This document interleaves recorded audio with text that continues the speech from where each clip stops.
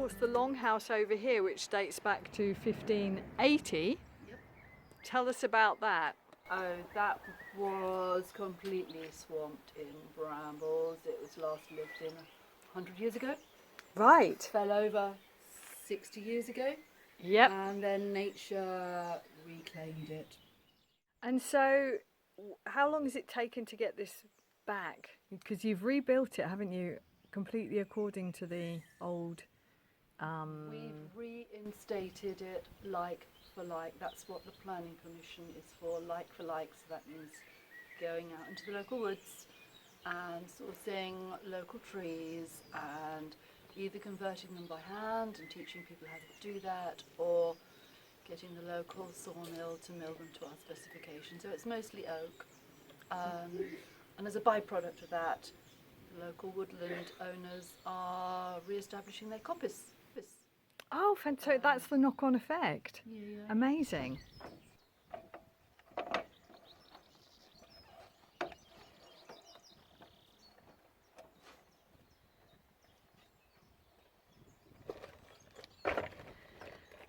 And so here at Orchard Barn, you can see all of the roofs have been made in this, using these beautiful handmade shingles here, and JP is now attaching them to the roof.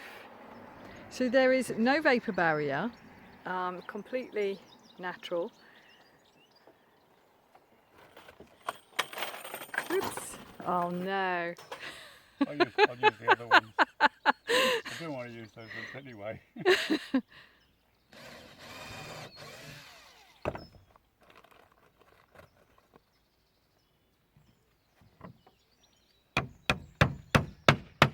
And there you go, one shingle in.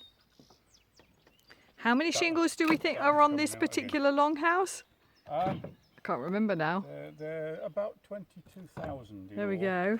Here they are, all waiting to be done. Sarah, tell me, why is Orchard Barn so important for the community? It's community led. We've got 18 years of experience of working with local volunteers who come and lend a hand, And what do they learn? they learn timber framing. So this building is the work of hundreds of people over 8 years. Reinstating this has been a real labour of love, but it's involved lots and lots of local people, 118 local people last year. Here we are inside this beautiful longhouse dating back to 1580s. Up there is, I think, where we're going to be plastering as part of my clay plaster workshops here.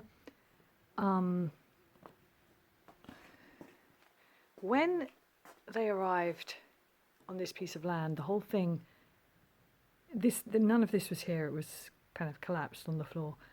So they've rebuilt the whole structure in exactly the style that it used to be back in the 1580s, using the original timbers here. You can see these beautiful ancient timbers. And there's, of course, some modifications. We've got light straw clay as the insulation over here, packed in between the beams.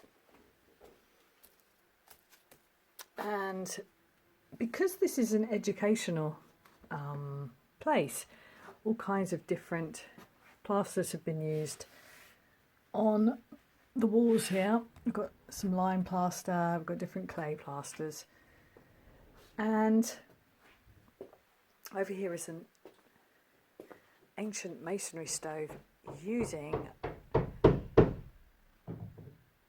ancient bricks dating, well, a couple of 100 years back, as I'll show you outside. Got some ancient blocks. And what were these blocks originally used for, JP? About as far as we know, about 200 years ago in Stow Upland, someone built an extension to a cottage, and they built it using the local material, which was clay lump blocks.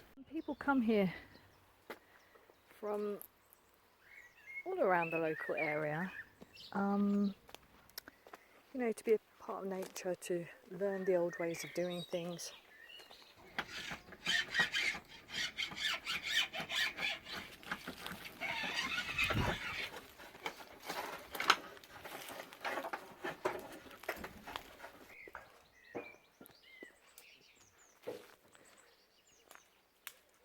And over here we're making, looks like, deadwood screen.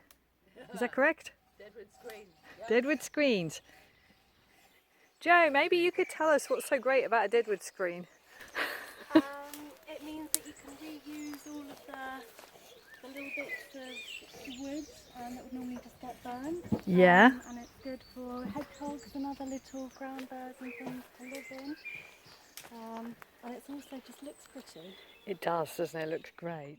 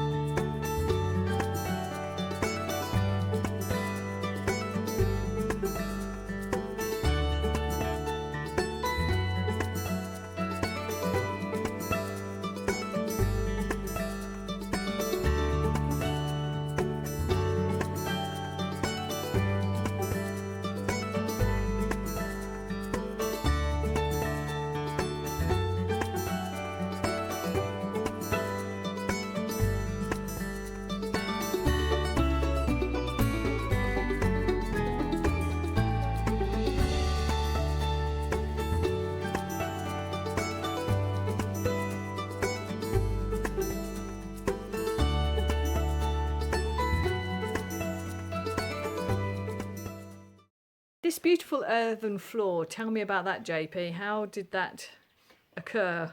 Right. So when we got to it, this whole area had about 4 inches of concrete.